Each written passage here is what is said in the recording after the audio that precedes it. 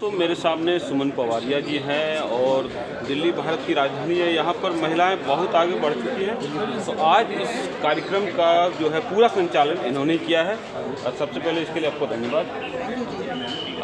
जो बाबा साहब ने दिया अधिकार लोगों को, उनके लिए लड़ने के लिए बहुत सारे योद्धा मैंने देखे हैं। आज आपके सामने एक ऐसे योद्धा हैं जिनसे कई बार मिल चुका हूँ। आज करीब छठी बार मुलाकात हो रही है। कैसे हैं आप? सबसे पहले आपके दर्शकों क्रांतिकारी जय भीम। और मैं ठीक हूँ, बाबा साहब के आशीर्वाद से सब चंगा है। क्या लग रहा है अब आरक्षण खतरे में है? बाबा साहब का इमेज में कुछ चल रहा है, उनके बदले दूसरे व्यक्ति को भी लाने का प्रयास चल रहा है संविधान निर्माता के। देखिए, सबसे पहली बात तो जब लोग कहते हैं आरक्षण खतरे में, तो आरक्षण खतरे में इस बात को तो हम 2014 से पहले से बोल रहे हैं।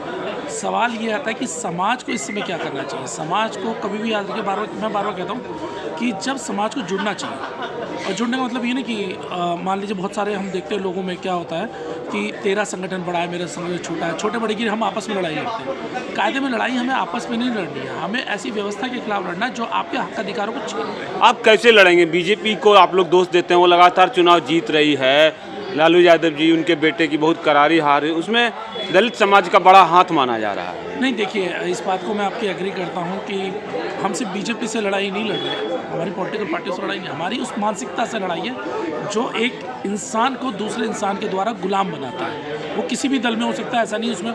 क्या इससे पहले 2014 से पहले क्या कांग्रेस से हमारी लड़ाई नहीं हुई है? उसके खिलाफ भी हमने। आप विचारधारा के खिलाफ लड़ते हैं, लेकिन आप लोगों के ऊपर आरोप लग रहा है कि जो है लालू यादव जी बड़े लड़े दलितों के लिए और आप लोग उनको जंगल राज बोल करके उनको वोट नहीं दिए, बुरी तरह हरा दिए। नहीं, ऐसा नहीं है कि वोट नहीं दिए। उसके लिए कई चीज़ें अगर आप देखेंगे, 2-3 चीज़ें आपके सामने आएंगी। नंबर 1, कुछ प्रत्याशियों का 4,122 के हिसाब से जीतना आपने देखा ही है ना। नहीं, अब वो कह रहे हैं कि नहीं जी, ये इतना वो कुछ नहीं हो सका। उनके लोग ही बोलने लग गए, हमें वोट नहीं दिया है एससी समाज के लोगों ने। सर, एससी का नहीं, मैं एक एक चीज़ बताऊंगा तभी आप समझ पाएंगे। ऐसे कोई आधी बात नहीं हो पाएगा। दूसरी बात, चुनाव आयोग की निष्पक्षता बहुत इंपॉर्टेंट है। अगर चुनाव से 48 घंटे पहले अगर महिलाओं के खाते में 10,000 रुपये आए, ये घूस नहीं है गरीब के परिवार। वो भी तो पिछड़े समाज से आते हैं, नीतीश कुमार। जो आप याद रखिएगा, जो संविधान कहता है, जो चुनाव आयोग का जो संविधान है, वो ये कहता है कि आप किसी को लालच नहीं दे सकते। और चुनाव जब वो लग जाता है, क्या कहते हैं, आचार संहिता लग जाती है, उसके बाद आप 1 रुपया भी नहीं डाल सकते। और वहाँ पर प्रत्येक महिला के खाते में 10,000 रुपये डाले जा रहे हैं। और वहाँ एक शगुफा डाला जाता है कि अभी 10,000 आ गए, अगर चुनाव जीत गए तो 2 लाख रुपया और आएगा। तो कहीं ना कहीं जो गरीब परिवार है, जो पीड़ित परिवार है, जिसको 10 रुपये नहीं आ रहे, उसे 10,000 आ जाएंगे, तो कहीं ना कहीं तो उसके मन में लालच आएगा ही ना। फिर आप और सिर्फ आप एससी को वो कर रहे हैं। वहाँ पे क्या सिर्फ एससी ने वोट डाला? एससी कितना % है आप बताएं? नहीं, वो बोल रहे हैं कि हमने एससी के लिए लड़ाई, यादवों ने लड़ाई लड़ी एससी समाज के लिए। ऐसा कोई नहीं है। देखिए, लड़ाई जब लड़ी जाती, क्या लड़ाई लड़ी है, मुझे आप बताइए। कह रहे हैं हमने बैठने का अधिकार दिया, उठने का अधिकार दिया। ये गलत बात है। देखिए, मैं किसी के ऊपर आरोप प्रत्यारोप नहीं ला रहा हूँ। उठने और बैठने का अधिकार इस देश के संविधान ने दिया।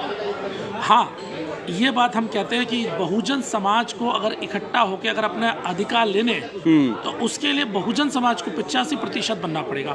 उसमें एससी भी आता है, एसटी भी आता है, ओबीसी भी आता है और माइनॉरिटीज भी। आखिर क्यों कुछ लोग बीजेपी की तरफ जा रहे हैं और कुछ लोग खुद ही राज करना चाहते हैं?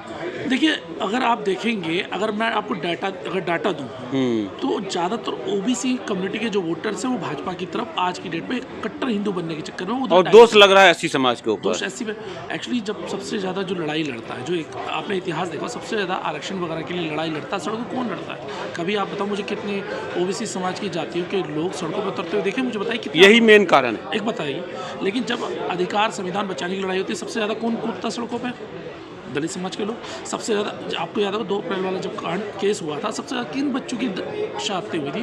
मुझे बताइए कितने ओबीसी थे? लेकिन मैं ये नहीं कह रहा कि उनके ऊपर आरोप। देखिए, ओबीसी का एक बहुत बड़ा तबका था जिन्होंने वो शोषण नहीं झेला था, लेकिन बाद में उन्हें समझ में आ गया कि भाई ये लोग हमारे धीरे धीरे अधिकार खा रहे हैं। अब वो एक बहुत बड़ी मात्रा में बाबा साहब को पढ़ने लगे। वो तो कह रहे हैं आरक्षण भी हमने खुद लड़के लिया है, 90 में मिला है, हमें तो नहीं मिला, बाबा साहब ने नहीं दिया। वही बता रहा हूँ मैं, जो 90 की दशक की बात करें, हमें उससे पहले की भी बात करनी पड़ेगी ना। अगर आप 90 पे आ रहे तो 90 से पीछे भी जाना पड़ेगा। अगर वहाँ पर मैं कहता हूँ काशी राम साहब का साथ ना होता, क्या मंडल कमीशन मिल जाता? तो ये सब भूल करके एक साथ होना पड़ेगा। मैं सीधी बात करूँ, सबको साथ आना पड़ेगा और समझना होगा। समाज को बार बार एक बात समझना, याद रखिएगा, एक दूसरे पर टीका टिप्पणी करना बहुत आसान है। आज जब आप प्रश्न उठाते हैं ना आप लोग, तो ये बात समझिए कि यहाँ दलितों के बच्चे भी अपने बच्चों की लाशें कंधे पर उठा रहे हैं, और आप जो ओबीसी समाज के बच्चे हैं वो। मेरा नाम सुनील अभय है जी, और यहाँ कॉन्स्टिट्यूशन क्लब में मूक नायक ट्रस्ट, जो कि बाबा साहब ने एक समय पत्रिका चलाई थी जी, वे आवाज़ों की आवाज़, यानी कि जो बोल नहीं सकते उनकी आवाज़ बनना, उनको काम देना। कितना पुराना है ये ऑर्गेनाइजेशन? अभी रजिस्टर्ड तो हाल ही लगभग 6 महीने पुराना ही है। काम बहुत कर चुके हैं, लाइब्रेरी खोल चुके हैं, हॉस्पिटल्स बना चुके हैं, हाई सेंटर बना चुके हैं, काम काफ़ी कर चुके हैं। कितने